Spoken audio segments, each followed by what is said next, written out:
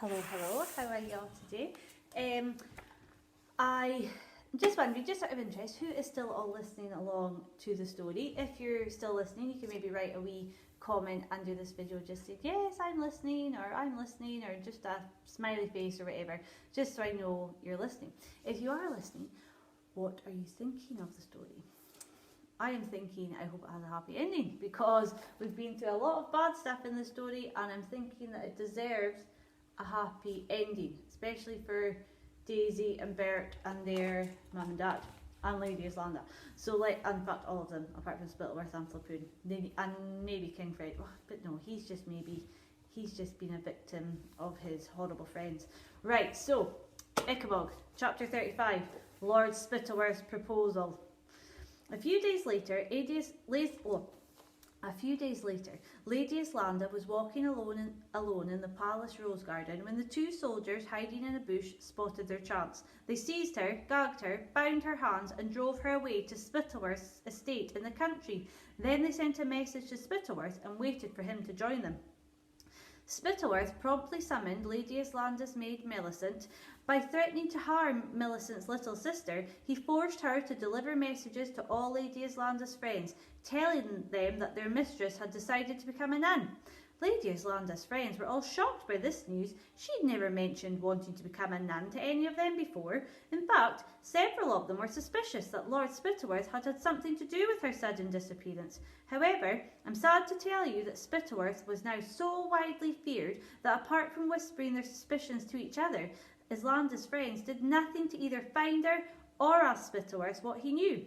Perhaps even worse was the fact that none of them tried to help Millicent, who was caught by soldiers trying to flee the city within the city and imprisoned in the dungeons. Next, Spittleworth had set out for his country estate, where he arrived late the following evening. After giving each of Islanda's kidnappers 50 gold coins and reminding them that if they talked he'd have them executed, Spittleworth smoothed his thin moustaches in a mirror, then went to find Lady Islanda, who was sitting in his rather dusty library, reading a book by candlelight. "Good evening, my lady," said Spittleworth, sweeping her a bow. Lady Islanda looked at him in silence. "I have good news for you," continued Spittleworth, smiling. "You are to become the wife of the chief adviser."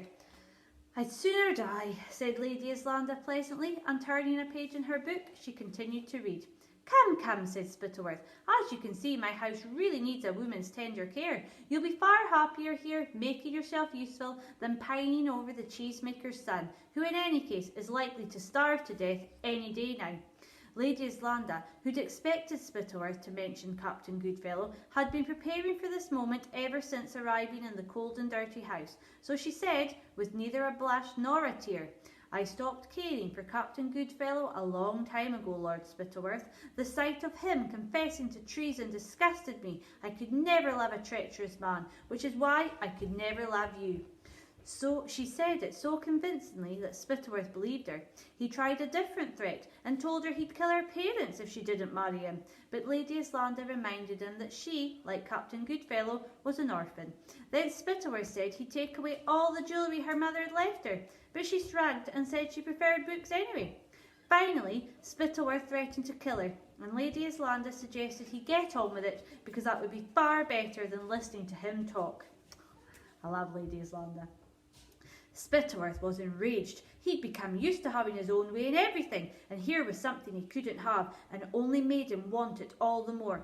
Finally, he said that if she liked books so much, he'd lock her up inside the library forever. He'd have bars fitted on all the windows, and Scrimble the butler would bring her food 3 times a day, but she would only ever leave the room to go to the bathroom, unless she agreed to marry him. "Then I shall die in this room," said Lady Islanda calmly, "or perhaps, who knows, in the bathroom." And he couldn't get another word. As he couldn't get another word out of her, the furious chief adviser left. Well done, Lady Islanda.